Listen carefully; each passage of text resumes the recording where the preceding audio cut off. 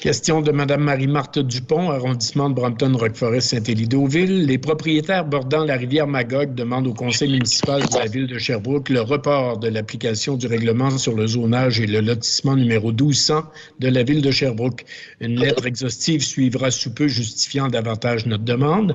La lettre a été reçue. Je vous permets de vous en citer 2-3 paragraphes. Il existe toutes sortes de réglementations pour s'assurer de la paix sociale, le bonheur des hautes priorités dans une société.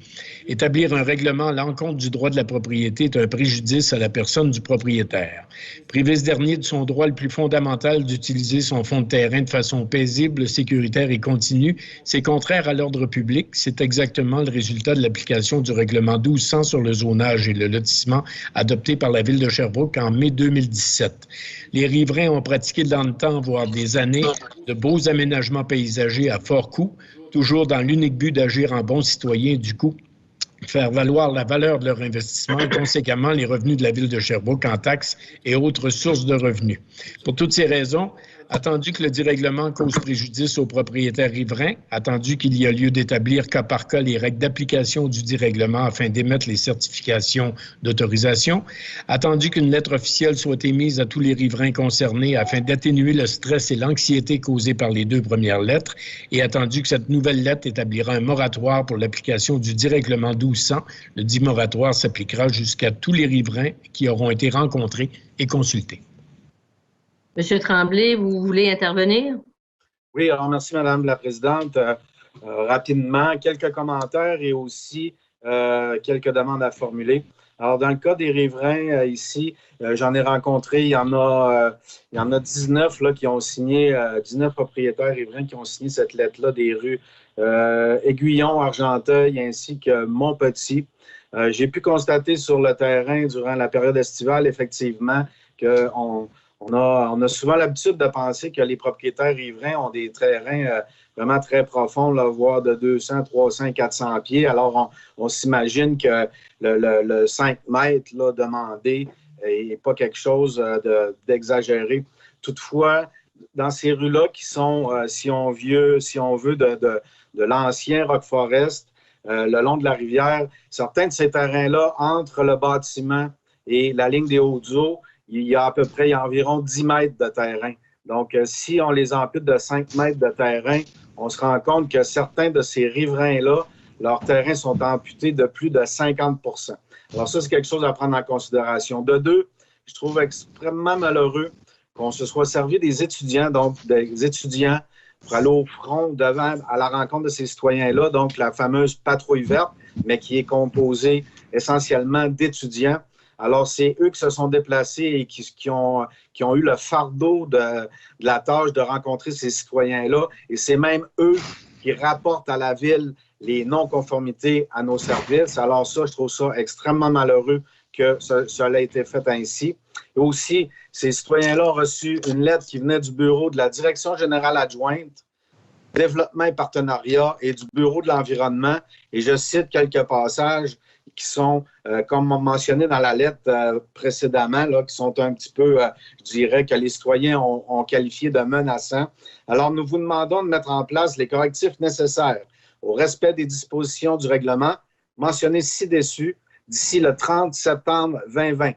On ajoute, sachez qu'à défaut de prendre des mesures correctives, vous serez passible d'une amende d'au moins 250 $ et d'au plus 1 000 $ pour une première infraction, et que le montant prévu pour une récidive d'au moins 500 $ et d'au plus 2 000 $ à chacune des visites.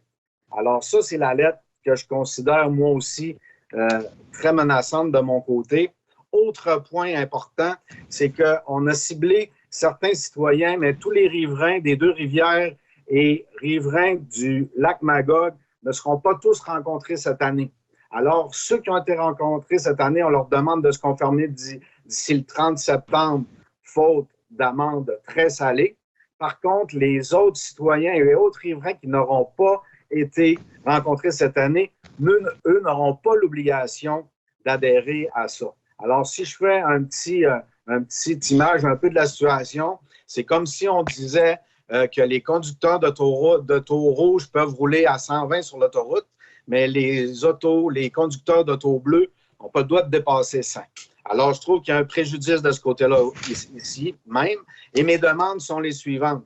Alors que l'ensemble des citoyens des rivières ainsi que du lac Magog soient rencontrés non pas par des étudiants, mais bien par la direction du Bureau de l'environnement ainsi que par son coordonnateur qui signe la lettre, soit dit en passant, interprétée comme menaçante de la part des citoyens, qu'on puisse répondre à leurs questions, qu'on puisse se rendre compte sur le terrain vraiment des particularités de certains d'entre eux, d'autant plus, puis avec ce que j'ai mentionné tout à l'heure, à l'effet que tous ne sont pas obligés de se conformer à partir de cette année, je demande qu'un moratoire soit adopté afin que tous aient le même privilège, la même équité et que leur règlement soit applicable uniquement lorsqu'ils auront tous été rencontrés et que le fameux dit règlement soit en vigueur pour l'ensemble des riverains.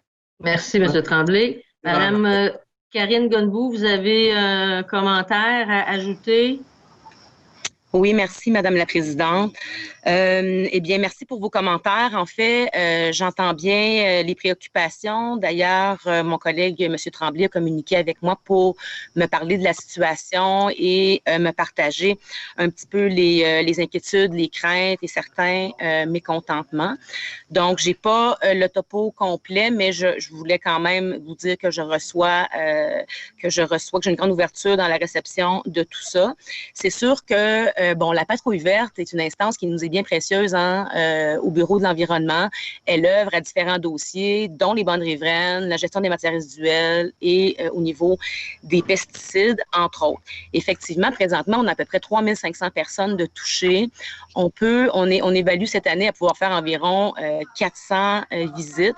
Donc, il y a effectivement, je reconnais cette problématique-là qu'on ne peut pas voir tous les riverains.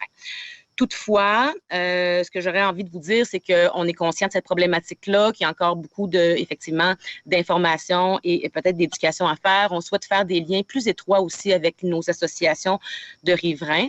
Donc, par rapport à vos demandes, en fait, j'aurais envie de proposer un portrait, un topo pour l'ensemble des élus, possiblement dans un prochain plénier public, si c'était possible, de façon assez rapprochée pour qu'on puisse avoir dans le contexte un peu comment ça s'est passé, quelles sont les prévisions pour la suite et qu'on puisse partir d'une même compréhension. Donc, ça, c'est la première chose que je propose. Et ensuite, ce que j'ai envie de vous dire, c'est que j'ai aussi une ouverture là, à demander à nos services la possibilité d'une rencontre avec les gens. Donc, je pense que la patrouille citoyenne, la patrouille verte est importante et peut-être qu'on devra revoir comment on place les choses dans le temps. Donc, peut-être que ça aurait été préférable en amont que les services puissent rencontrer les citoyens pour répondre à des questions peut-être plus pointues et spécifiques que les citoyens ont et que la patrouille verte peut-être n'a pas effectivement toutes les réponses. Donc, j'entends bien tout ça. Alors, je vais donner suite là, pour la proposition du portrait et une possibilité de rencontre. Merci, Madame la Présidente. Merci, Madame Godbout. Prochaine